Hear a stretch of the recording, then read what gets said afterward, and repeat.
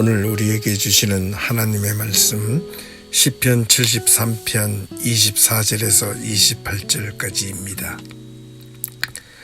주의 교훈으로 나를 인도하시고 후에는 영광으로 나를 영접하시리니 하늘에서는 주 외에 누가 내게 있으리요 땅에서는 주밖에 내가 사모할 리 없나이다. 내 육체와 마음은 쇠약하나 하나님은 내 마음의 반석이시요 영원한 분깃이시라. 무릇 주를 멀리하는 자는 망하리니 음녀같이 주를 떠난 자를 다 주께서 멸하셨나이다. 하나님께 가까이 함이 내게 복이라. 내가 주 여호와를 나의 피난처로 삼아 주의 모든 행적을 전파하리이다. 아멘. 안녕하십니까? 박세정 목사입니다. 2023년 3월 22일 수요 말씀 시간입니다. 오늘 말씀의 제목은 내가 믿어야 하는 신앙, 내가 믿고 싶은 신앙이라는 제목으로 시편 73편 24절에서 28절까지 있는 내용을 가지고 함께 성찰해 보고자 합니다. 도대체 신앙이란 무엇일까라는 질문으로 오늘 말씀을 시작해 보고자 합니다. 여러 번 말씀드린 바가 있는 것처럼 신앙이라는 것은 믿고 바라며 따른다는 말입니다.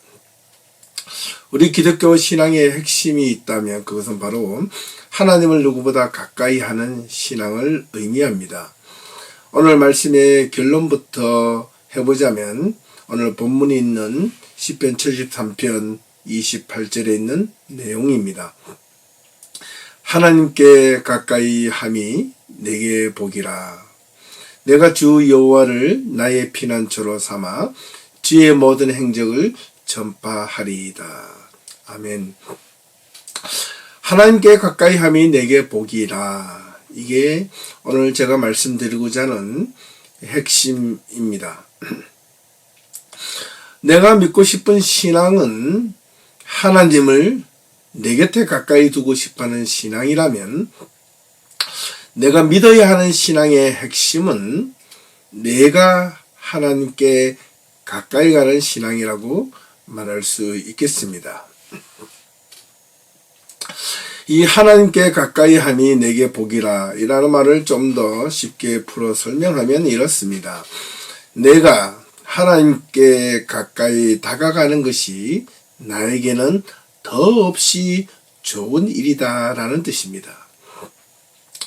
우리가 때로는 신앙생활을 하면서 하나님을 어떻게 믿어야 하는가라는 생각에 잠길 때가 있을지 모릅니다. 사실 이 문제는 명확하고 간단합니다. 우리가 신앙생활을 하고자 할 때 하나님을 어떻게 믿어야 하는가라는 질문에 우리가 보이지 않는 하나님을 어떻게 믿고 온전히 따를 수 있는가라는 질문이기도 합니다.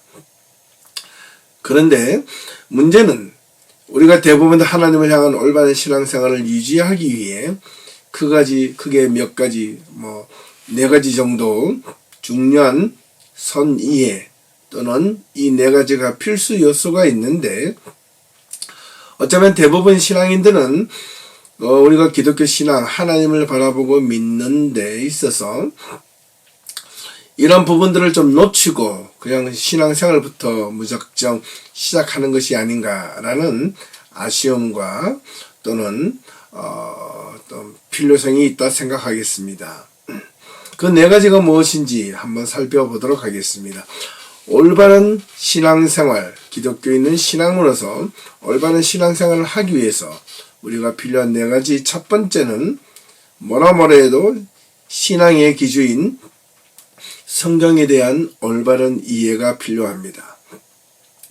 성경을 하나님의 말씀이라고 하는 이유에 대해서 우리는 분명하게 또한 알아야 할 것입니다. 문자적으로 하나하나 서술된 내용이 하나님의 말씀이라기보다는 그 내용 속에 들어있는 하나님의 뜻을 찾아내는 것입니다.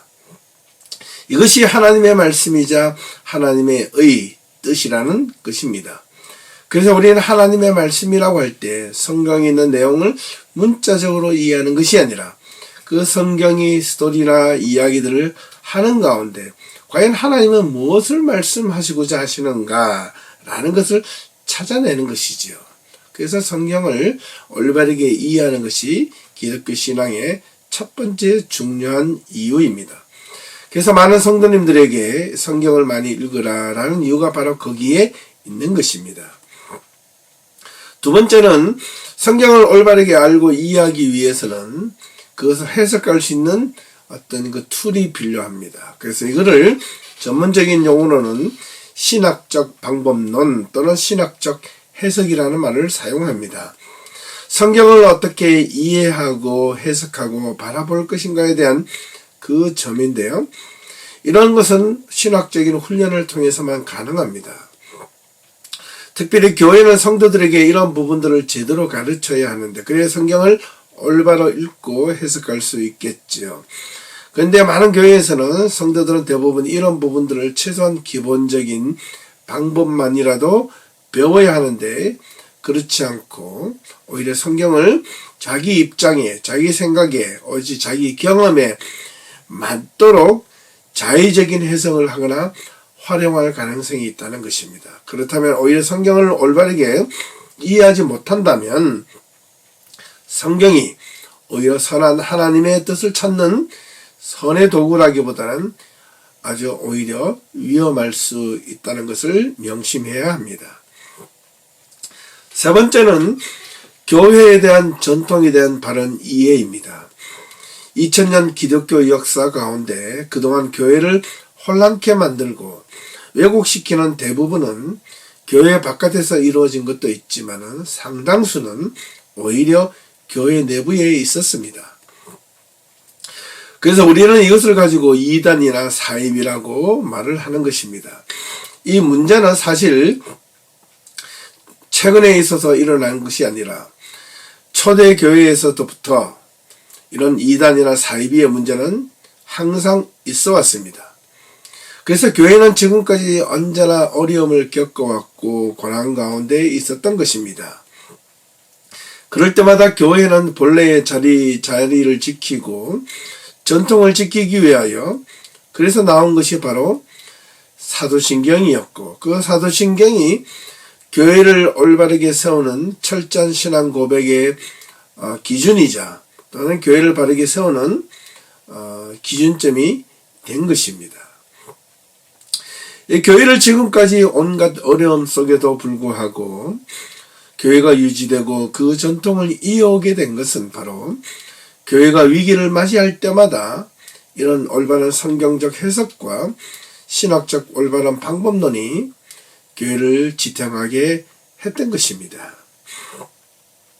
마지막으로 네 번째는 개인의 경험, 신앙적 체험이 참 중요합니다. 하지만 이 개인의 신앙적 경험을 앞서기보다 먼저 우리가 가지고 있는 이 이성 또는 합리적 사고를 통해서 하나님을 깊이 경험하는 것입니다. 이것을 은혜라고 말을 합니다. 개인의 신앙적 체험은 어떤 개인의 어떤 영적인 개인적으로 받은 하나님의 은혜라는 것을 꼭 의미하는 것은 아닙니다. 물론 이것이 필요하기도 합니다. 개인이 받았던 개인의 경험적인 은혜는 그야말로 개인적인 것이기 때문에 타인에게 내가 하나님의 은혜를 이렇게 입었다라고 잠시 소개할 수는 있을지 모르나 그것을 강요할 수는 없습니다. 절대화할 수 없다는 말입니다.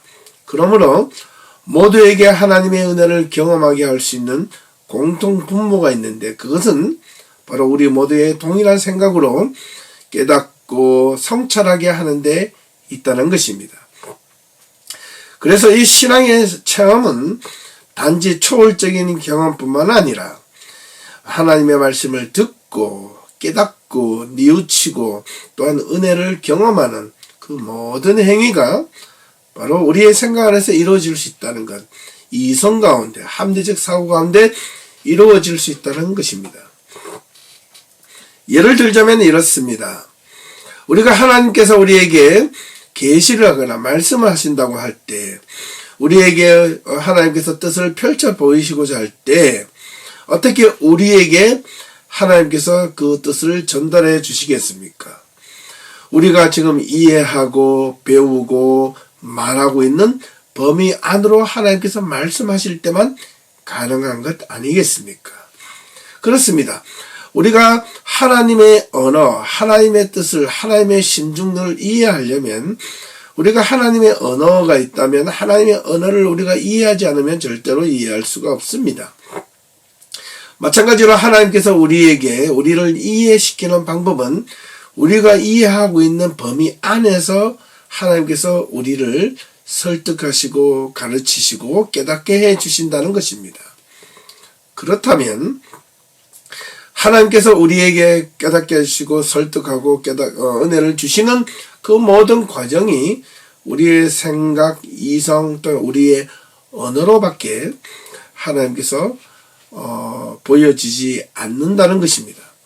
그래서 이 이성을 결코 합리적 사고를 결코 놓쳐서는 안 될 것입니다. 오늘 말씀의 제목이 내가 믿어야 하는 신앙 또는 내가 믿고 싶은 신앙, 이 두 사이에서 과연 신앙의 차이가 무엇이 있을까라는 것인데요. 그것은 바로 내가 신앙을 가지려 할 때 신앙의 무게중심을 나에게 두느냐 아니면 하나님께 두느냐에 달려있다 하겠습니다. 이런 문제들을 올바르게 해결해 줄 수 있는 내용이 바로 오늘 본문에 있는 시편 73편 24절에서 28절까지 있는 내용을 통해서 우리가 이 부분을 함께 살펴보도록 하겠습니다. 먼저 24절을 보니까 이렇게 기록하고 있습니다. 주의 교훈으로 나를 인도하시고 후에는 영광으로 나를 영접하실 것이다 라고 했습니다. 주의 교훈 또는 주의 말씀, 주의 조언, 주님의 충고로 나를 이끄시길 바란다는 뜻일 겁니다. 하나님의 말씀으로 나를 이끌면 우리가 이 세상을 살아가는데 때로는 좀 힘들지 않을까라고 혹 생각할 수 있을지 모릅니다. 아마 그렇게 생각할 수도 있습니다만은 마냥 힘들거나 불편하지 않습니다. 오히려 힘들고 불편하다고 생각하는 것은 하나님의 말씀을 받아들이는 것이 어려운 것이 아니라 내가 하나님의 말씀을 따르지 못하고 또는 내 마음대로 살지 못하는 것에 대한 불편이나 불만일 것입니다. 하나님의 말씀을 따라 산다는 것이, 하나님의 말씀에 이끌려 산다는 것이 힘든 것이 아니라 오히려 그 안에서 진정한 자유가 있다는 것을 오늘 시편 기자는 간접적으로 고백하고 있는 것입니다. 힘든 것이 아니라 진정한 자유의 의미를 우리가 알지 못하기 때문에 그렇다는 것입니다. 오히려 이런 힘들고 어렵다고 생각되는 부분들을 잠시 내려놓고 하나님의 말씀을 진지하게 따를 때, 그것을 끝까지 말씀을 따라 살아갔을 때 하나님께서 영광 가운데 우리를 영접하실 것이라는 겁니다. 여기서 영광이란 말은 그런 헛된 꿈이나 헛된 과시, 쓸데없는 그런 허영을과는 반대되는 말일 겁니다. 바꾸어 말하면 하나님의 말씀으로 나를 인도하시면 그 후에 하나님께서 내가 그동안 헛된 삶을 살지 않고 하나님께 기쁨이 되고 하나님이 내 삶을 기뻐 받아 주실 것이다 라는 뜻으로 이해하시면 좋겠습니다. 25절을 보면 하늘에는 주 외에 누가 내게 있으리요 땅에서는 주밖에 내가 사모할 리 없나이다 라고 기록하고 있습니다. 이 시편 기자는 정말로 참 의미 있는 고백을 하고 있는 것을 우리는 확인할 수 있습니다. 하늘에서는 주 외에 내가 나에게 있으리요. 하늘에서는 주밖에 누가 나를 도우실 리 있겠는가. 나를 지켜보시고 나를 감찰하시고 나와 함께 하실 리가 하늘에서는 하나님밖에 누가 있겠는가 라는 고백입니다. 또 이 땅에 사는 나는 내가 마지막으로 최후로 정말 흠모하고 바라보고 사모할 자가 누구인가? 오로지 하나님밖에 더 없지 않는가라는 이 시편 기자의 고백을 우리는 유심히 들어야 하겠습니다. 이 시편 기자는 주 외에 누가 내게 있으리요 라는 이 고백으로 이 현재 우리 이 세상에 살고 있는 삶을 정면 돌파하려고 합니다. 하늘에서는 주 외에 누가 내게 있으리요. 주님 말고는 내게 아무도 없습니다. 그 어떤 것도 내게 만족할 일은 오직 하나님밖에 없습니다라는 이 고백은 쉽게 나오는 고백은 아니거든요. 그래서 우리가 지금 이런 고백을 할 수 있다면 우리의 삶이 좀 힘들고 어려워도 우리가 하나님 곁에 가까이 가고 있다는 것을 우리는 기억해야 하고, 우리가 하나님께 가까이 가고 있음에 우리는 오히려 감사하며 우리의 삶을 더욱더 하나님 앞에 신실하게 내어 맡기도록 해야 하겠습니다.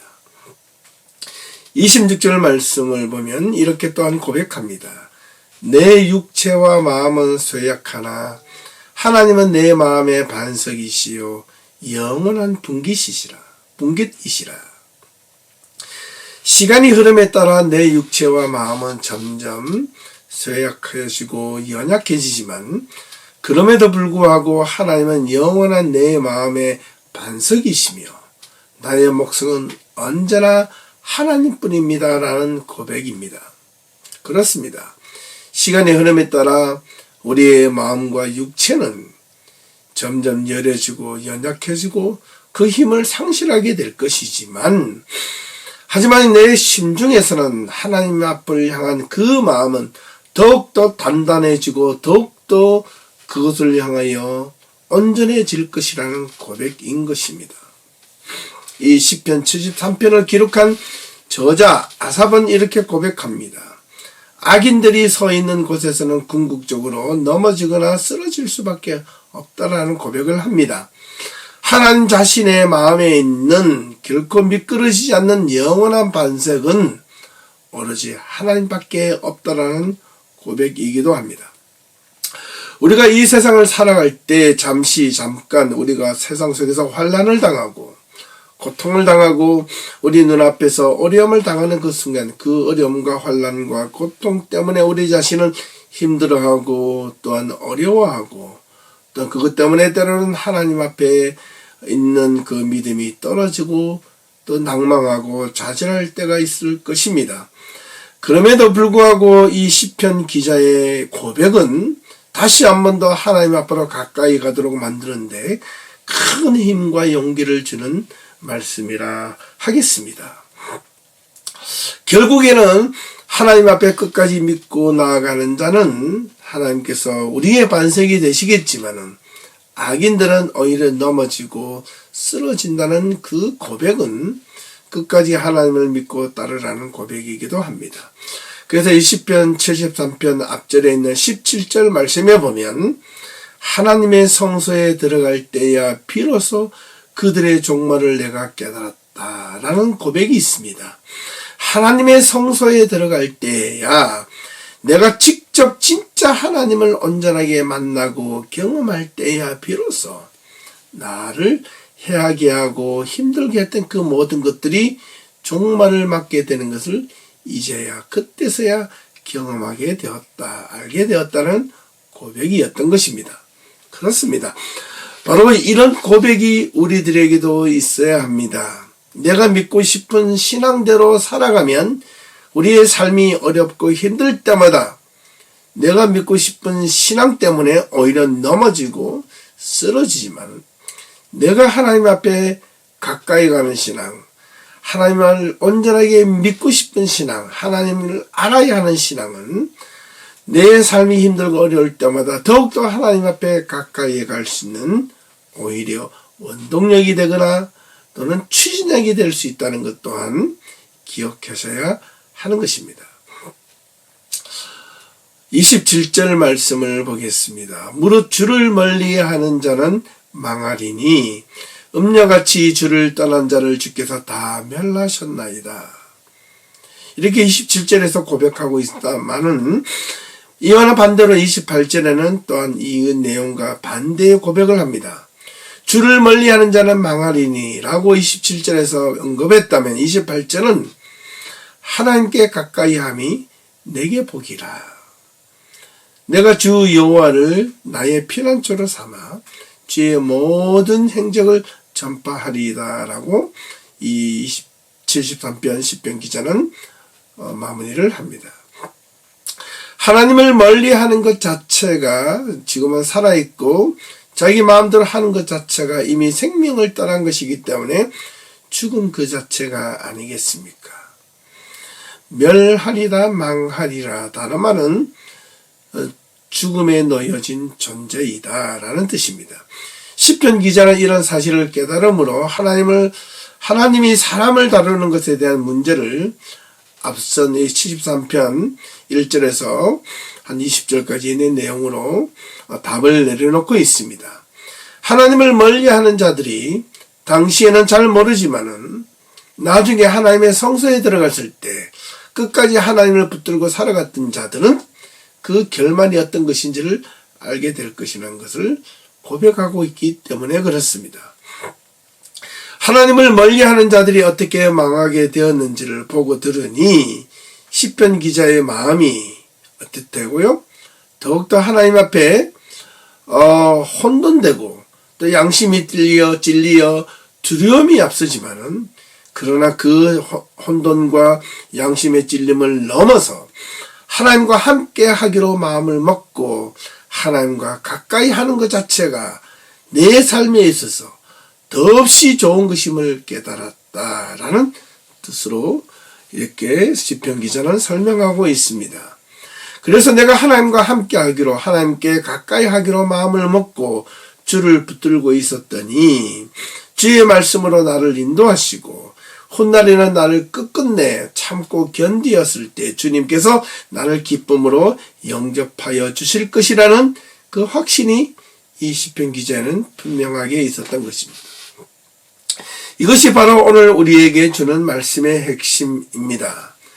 내가 믿고 싶은 신앙, 내가 믿어야 하는 신앙, 내가 알아가야 하는 신앙, 이 두 신앙 가운데서 우리는 어떤 신앙을 가질 것인가 라는 점은 이 마지막 28절에서 분명하게 언급하고 있다는 것을 우리는 기억해야 합니다. 오늘 이 말씀이 저와 여러분들에게 어떤 신앙의 성찰을 주는 것입니까? 중요합니다. 하나님께 가까이함이 내게 복이라. 내가 믿어야 하는 신앙은 내가 하나님께 날마다 가까이 가려고 노력하는 신앙입니다. 그것이 내게 내 인생의 내 삶에 선하고 좋은 일이다라는 이 시편 기자의 고백을 잊어서는 안 되겠습니다.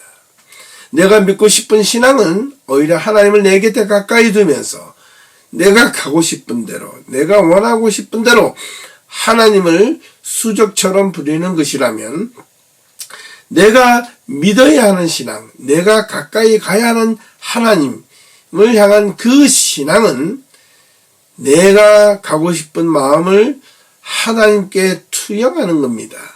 하나님의 말씀과 뜻에 비추어서 그것과 함께 갈 수 있도록 만드는 것입니다. 왜냐하면 그 길이 생명의 길이고 진리의 길이며 정직의 길이고 의의 길이기 때문에 그렇습니다.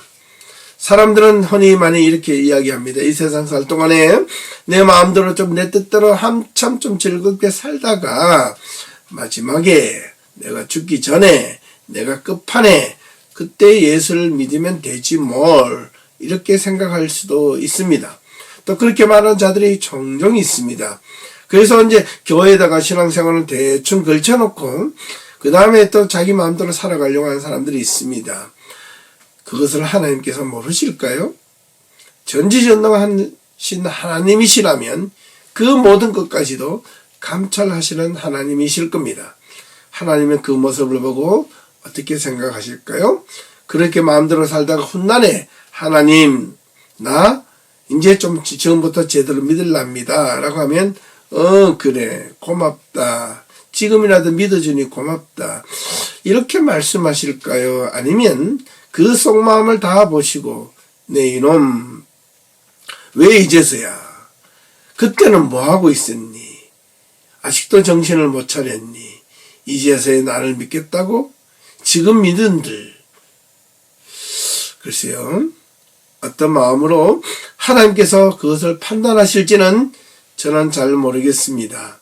하지만 분명한 것은 하나님께서는 그의 능력에 따라, 삶에 따라 분명히 하나님께서 판단해 주시리라고 믿기 때문에 우리는 지금 그것을 아는 순간 우리의 마음을 올바르게 성찰하고 또 하나님을 향하여 지금부터라도 우리가 성실하게 진실되게 하나님께 가까이 가는 신앙, 하나님께 붙들고 하나님 곁에서 살아가는 신앙을 분명하게 가질 필요가 있습니다. 같은 신앙의 유형처럼 보여진다 할지라도 분명히 거기에는 엄청난 차이가 있습니다.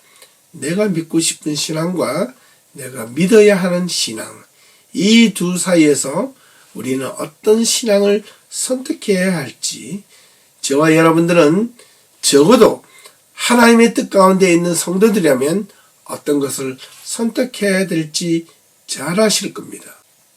우리가 하나님 앞에 올바르게 선택받는 자가 되려면 또 하나님 앞에 올바르게 쓰임받는 자가 되려면 내가 믿고 싶은 신앙을 갖는 것이 아니라 내가 하나님을 믿어야 하는 신앙, 하나님께 가까이 하는 신앙, 그 신앙이 내 인생에, 내 삶에, 우리 교회에, 우리 모두에게 복이 되고 또한 선하고 행복하고 좋은 일이 될 수 있기를 간절히 소망하며 오늘 말씀을 마치도록 하겠습니다. 남은 한 주일간 동안도 이 사순절 기간 동안 내가 어떻게 하면 좀 더 하나님 앞에 가까이 갈 수 있을까? 하나님의 말씀을 통하여 깊은 묵상을 통하여 더욱더 하나님의 은혜를 깨닫고 하나님의 뜻을 깨달아서 내가 기쁨으로 하나님의 사람으로 이 세상을 살아갈 수 있을까를 더욱더 많이 고민하고 성찰하고 돌아볼 수 있는 계기가 될 수 있기를 간절히 소망합니다. 감사합니다. 수고하셨습니다.